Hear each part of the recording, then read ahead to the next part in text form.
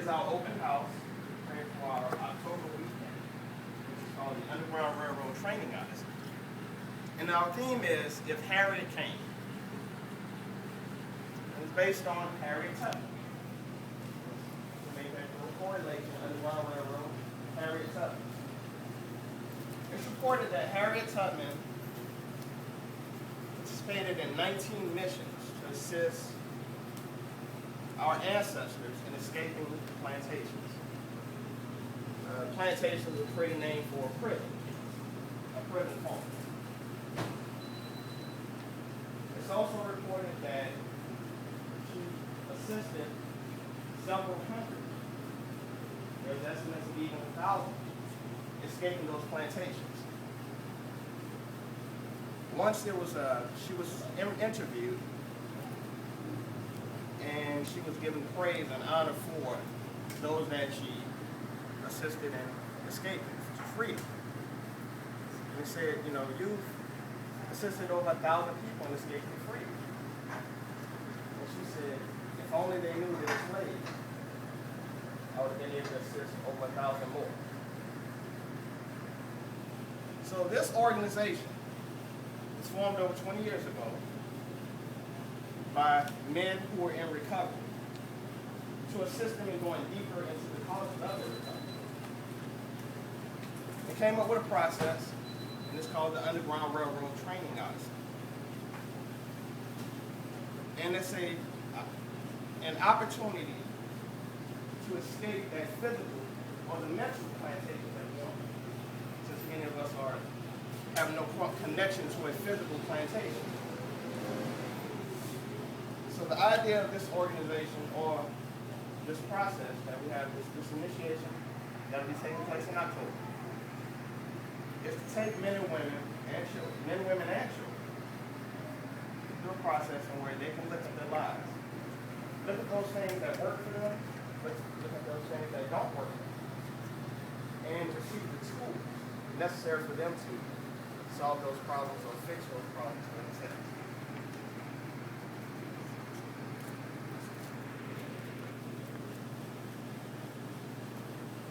We're going to do a visualization. You know, many of us, it will be impossible for us to say that we know that our ancestors experienced, because it took place so long. But because our ancestors never debriefed from what they experienced, what took place, there's toxicity that transpired from generation to generation, several generations, to where we are feeling the effects of it. So if I can have everyone to close their eyes and think about, based on what you know of a plantation, if you could see men and women and children in the field picking cotton. You can see some old white man and woman sitting on a porch drinking tea, lemonade, whatever the hell they drink.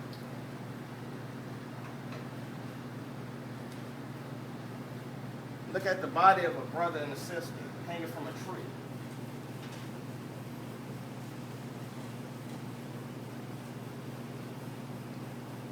Think of what would be going through your mind at that time. You're in an uncomfortable, unsafe environment, but it's the only environment that you know of. It's the only place that you know of shelter, the only place that you know of food. All that you know of that's outside of that plantation or that prison farm is danger. It's unknown. The little frail old black lady comes in the middle of the night, and she comes offering to steal you to freedom. Think about, what would you do if Harriet came? If Harriet came and you left that plantation, how would the lives of your future generation, how would they be? If you left when Harriet came,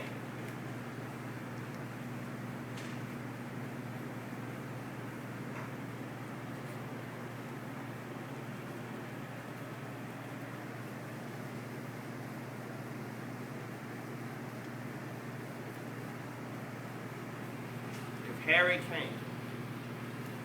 So we look today, August 21st, 2013. We look at the condition of people of color in America and around the world. Or if we just look in Memphis,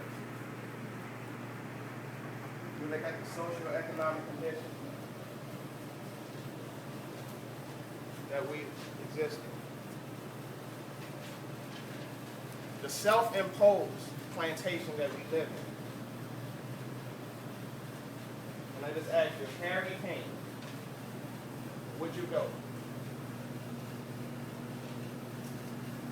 We look at the fact that 1 in 4 girls or females will be molested before the age of 18 in our community. You know, Harriet came, would you go? How would you look at it, say that 1 in 5 males before the age of 18 will be molested. If Harriet came, would you go?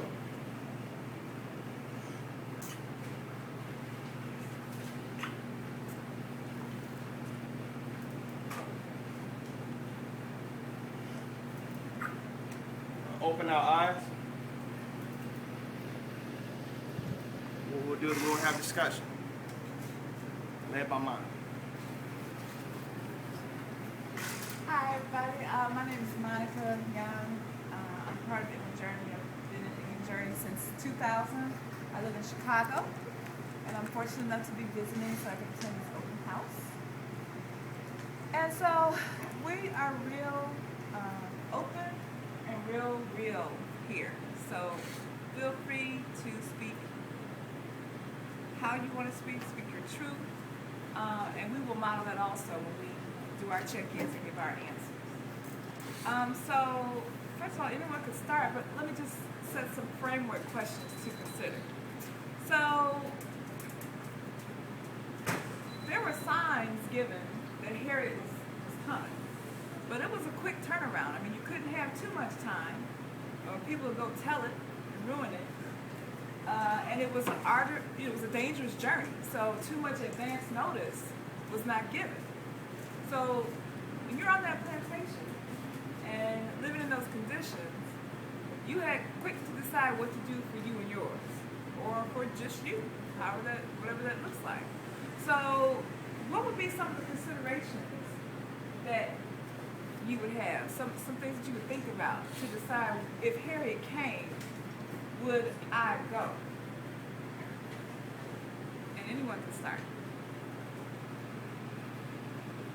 The concern for me will be that my life would be in danger. And if I left, what would be the repercussions if I was caught? That seems very reasonable. But how would you feel? I have a question, but I Okay.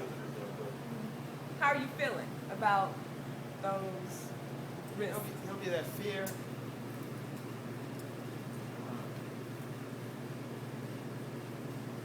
You're tired of the condition that you're living in, and you want better. But the idea that your life may be in danger for taking a chance at freedom will make me complacent and just take comfort in the situation that I'm in. Not go. And not go.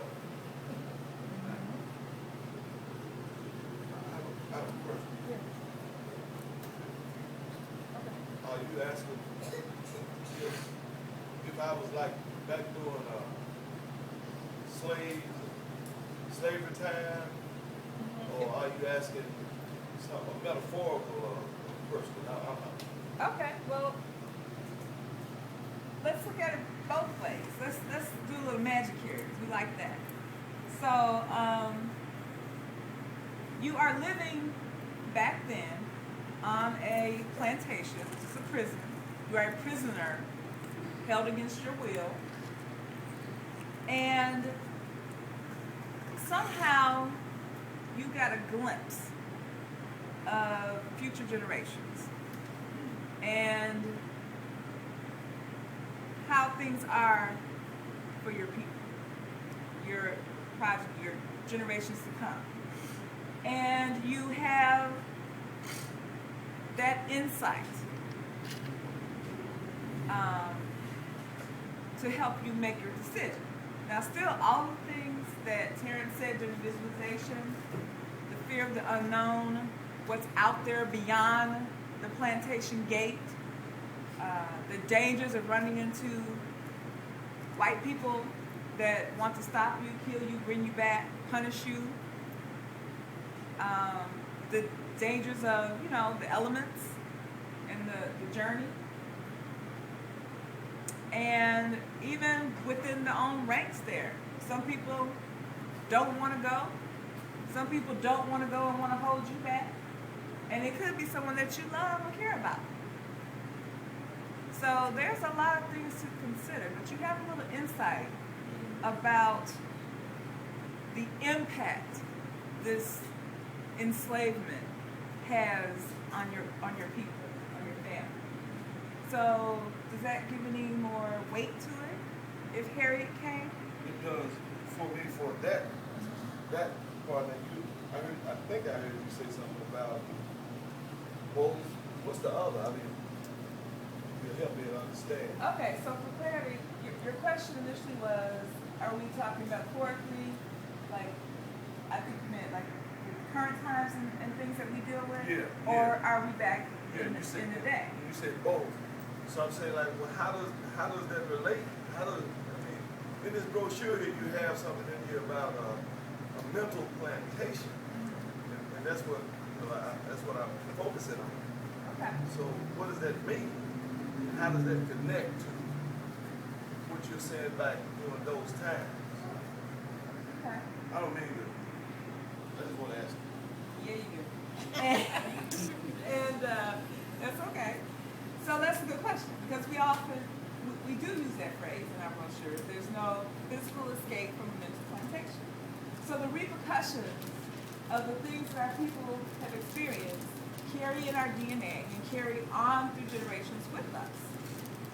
So, even though the visualization you were given is that you were enslaved on a plantation and were given the opportunity to escape, let's discuss why it's important, if you'll go, what you'll consider. Let's talk about all of that. I want to get a discussion going about, and also I want to know how you're feeling when you're told this opportunity. Harriet is coming. How do you feel about that? So I was thinking when you said something about having to leave the people that we love. That's exactly, because when I did the visualization, I saw shame, but shame is the feeling, because I saw myself at this age on that plantation. And I was thinking how it would feel to have to leave the people that I love. That would be hard piece for me. And fast forward into the future, I find myself often in those positions, being connected so emotionally to those that I love that I can't, that I make the choice not to make the right decisions for myself. Good evening, everybody. My name is Louis, and I'm a member of this organization. And after doing the visualization and hearing the context of where it was presented,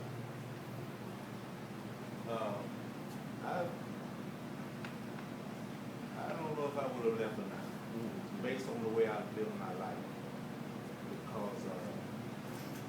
would have a fear of, I mean, where am I going? How will I eat? How will I live? Is it gonna be better? And when I look over my life, I mean, I've been on a plantation now for a long time. Been working one job for a long time. I can remember the times I ain't never thought about leaving for fear of, I really didn't give myself too many chances of wanting to leave my plantation today, these past over 30 years. I would have fear about leaving. Can I ask a question? So I want to ask to Brother Lewis. I was having a discussion with Terrence, a brief discussion before we started about, we talked about Memphis and the employment situation here. And there's approximately 475,000 people of color in Memphis, Tennessee. But there's not one business or company that employs, that's owned by people of color, that employs over 250 people. Yeah. And so I'm asking you, Lewis, do you think that perhaps that you called it fear? I would say fear. Like you, I worked on the job a long time, and certainly I carried I guess a similar fear about a fear of not being secure.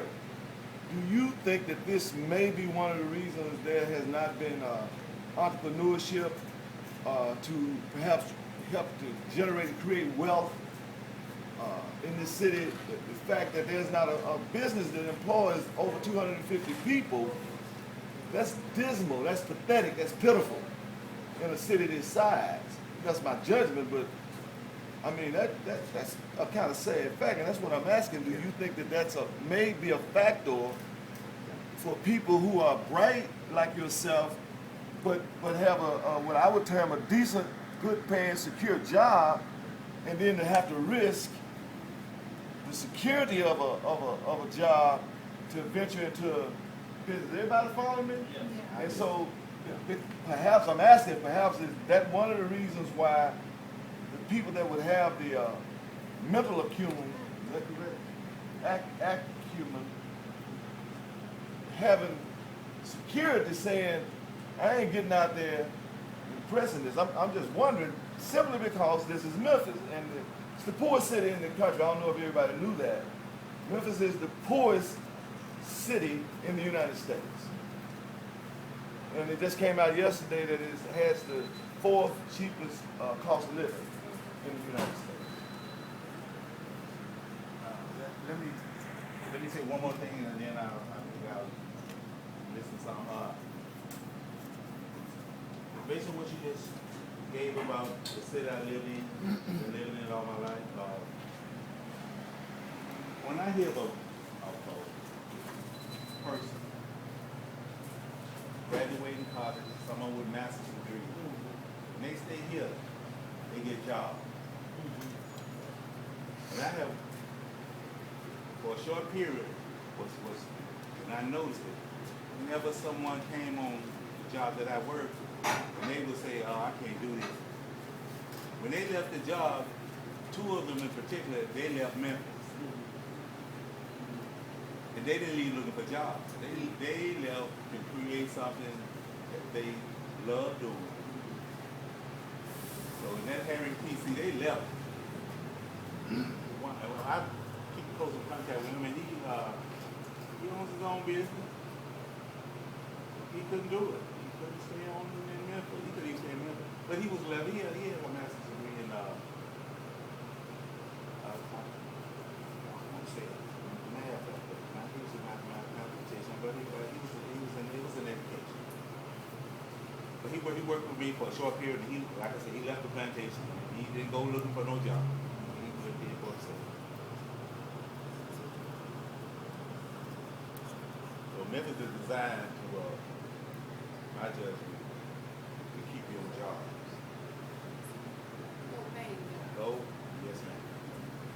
because the next industry in Memphis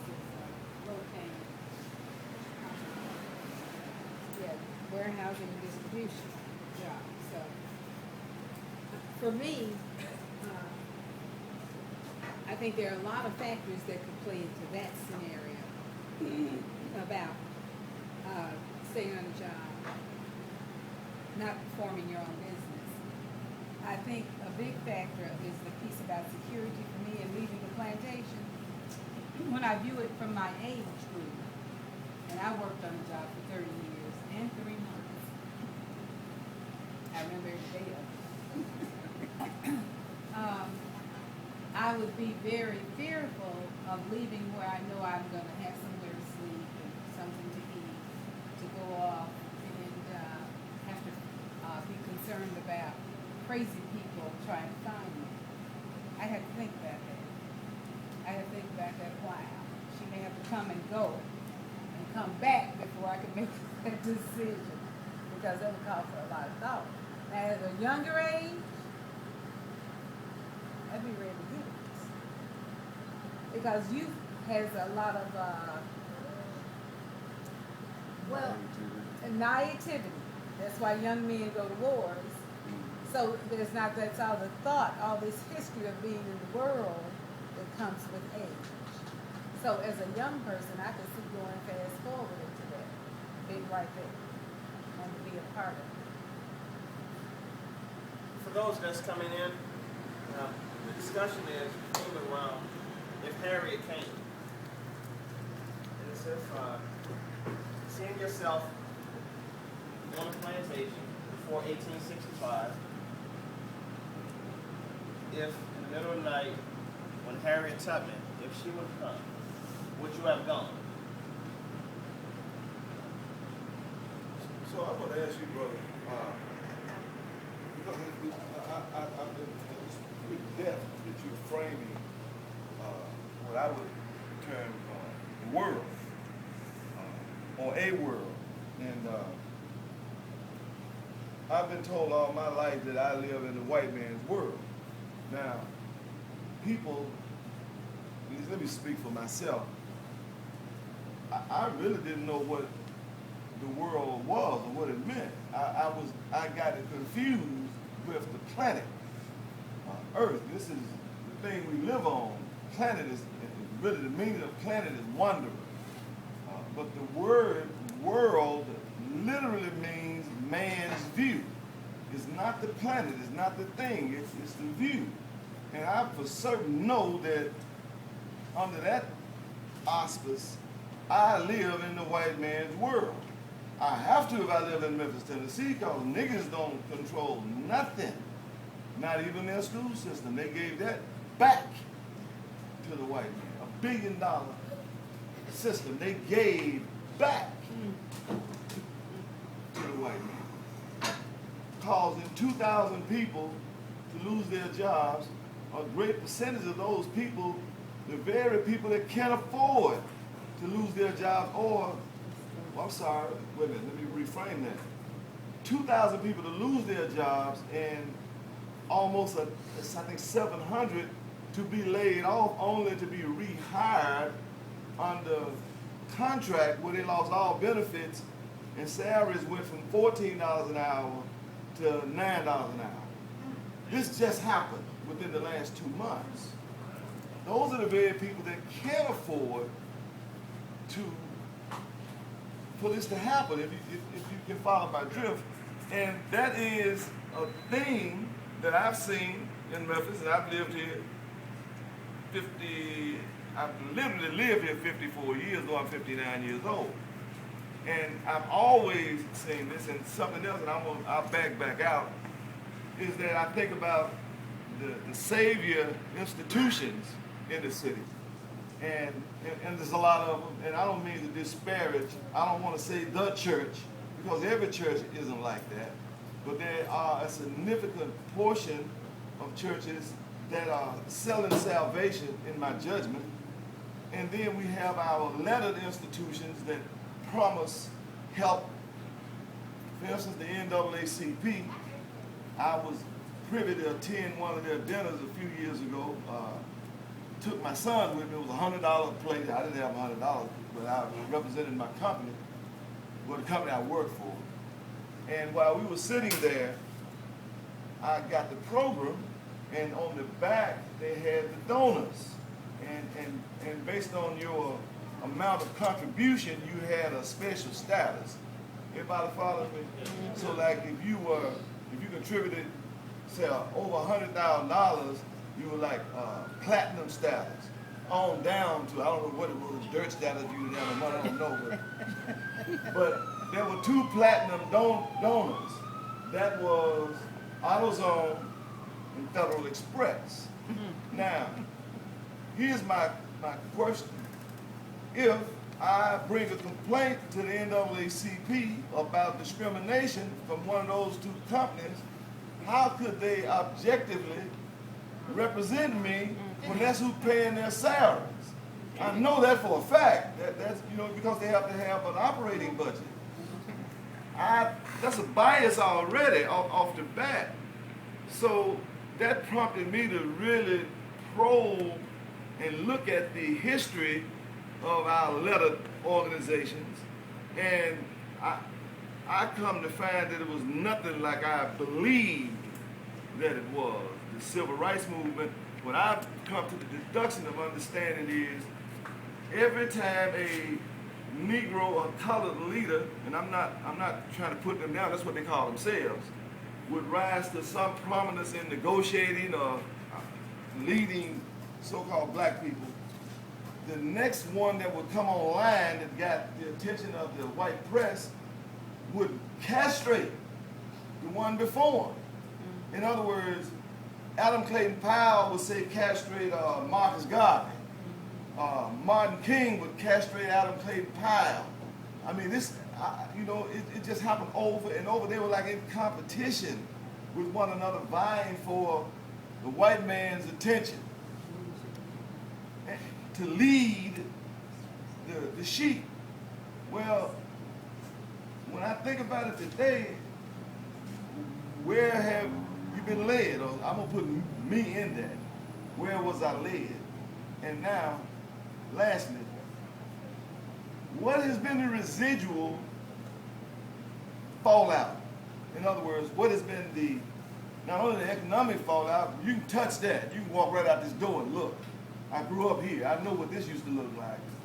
But what has been the psychological damage?